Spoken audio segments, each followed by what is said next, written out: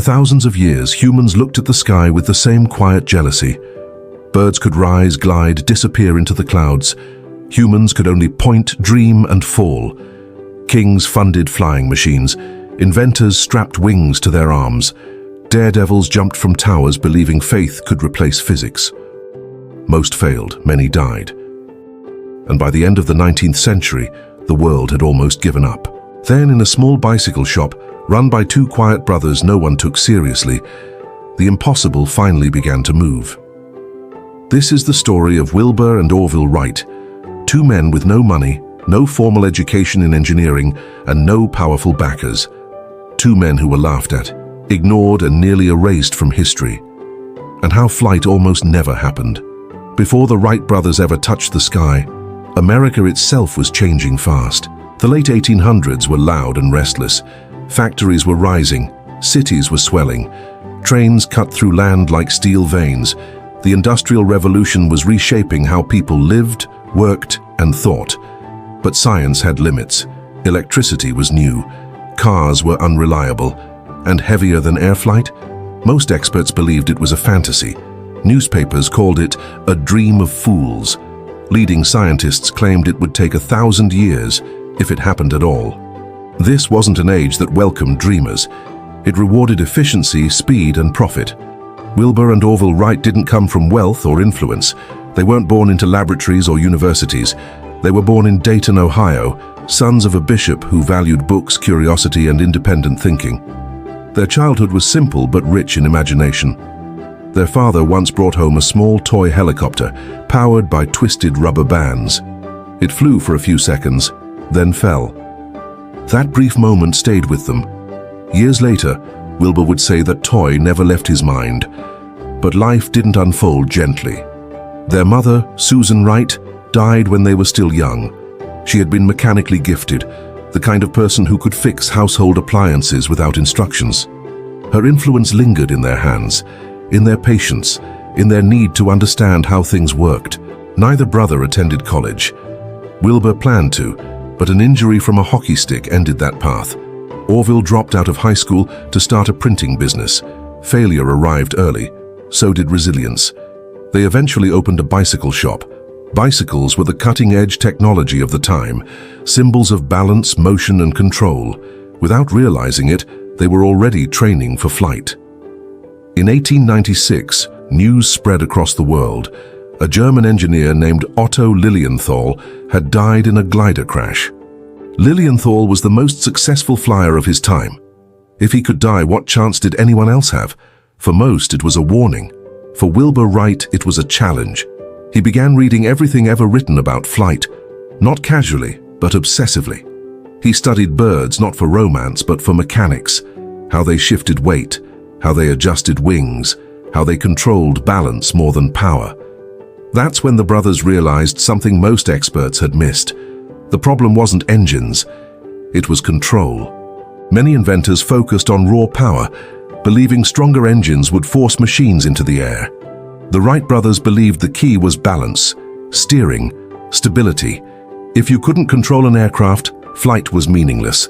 So they built gliders, cheap ones, fragile ones, ones that failed again and again. And instead of giving up, they took notes. They wrote letters to the Smithsonian Institution asking for data. They trusted no one fully. When numbers didn't match reality, they assumed the books were wrong. That kind of confidence wasn't arrogance. It was necessity. In 1900, they traveled to Kitty Hawk, North Carolina, not because it was beautiful, but because it was lonely, windy, and unforgiving. The perfect place to fail in peace. Local fishermen watched as two strangers dragged strange wooden frames across the sand. Some laughed, others shook their heads. Who did these men think they were? Their first gliders barely worked. Lift calculations were off. Wind behaved differently than expected. Crashes were frequent.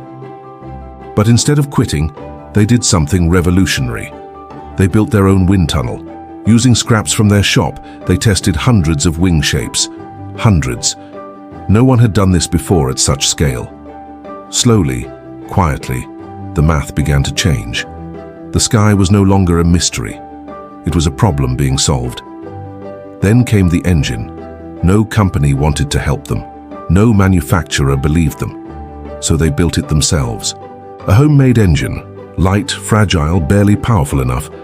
A propeller system designed from scratch, treated not as fans but as rotating wings. Everything about their approach was unconventional.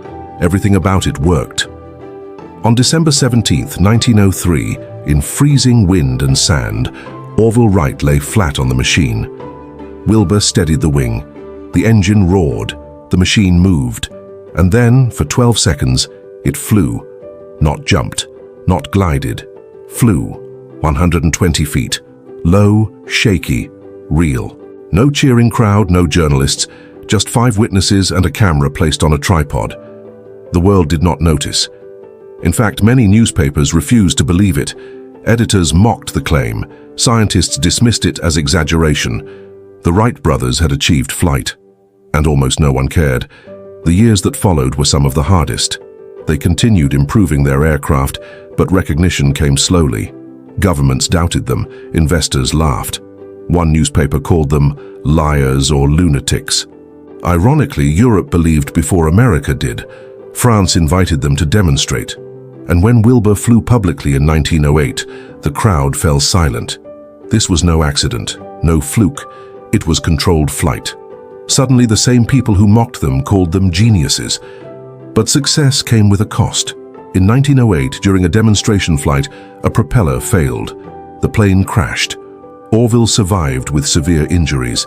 His passenger, Lieutenant Thomas Selfridge, became the first person to die in a powered airplane crash. Flight had proven itself, and proven its danger. The brothers were shaken. Wilbur especially carried the weight of responsibility. They had unlocked something powerful, something that could not be taken back. The sky was open now, to wonder and to war. Here's something rarely mentioned. The Wright brothers did not want fame. They did not chase applause. They guarded their work fiercely, filing patents and fighting lawsuits for years. Some say this slowed aviation progress. Others argue it protected it from reckless misuse. The truth sits somewhere in between. Wilbur died young at 45 from typhoid fever. He never saw airplanes cross oceans or reshape cities. Orville lived longer, watching jets break the sound barrier. By then, flight was no longer a miracle. It was normal. And that may be the greatest irony of all. What once seemed impossible became ordinary so quickly that people forgot how close it came to never happening at all. Today, every plane that takes off carries their legacy. Every runway is an echo of Kitty Hawk. Every controlled landing owes something to 2 brothers who refused to accept the limits of their time. They weren't fearless, they were careful. They weren't reckless, they were patient. They didn't conquer the sky. They learned how to listen to it. So the next time you look out an airplane window and see the world shrink below you, ask yourself something simple. How many times did this dream almost die before it reached you? Because flight didn't arrive with applause. It arrived with persistence, silence, and 2 men who believed gravity was not a law, just a challenge waiting to be understood.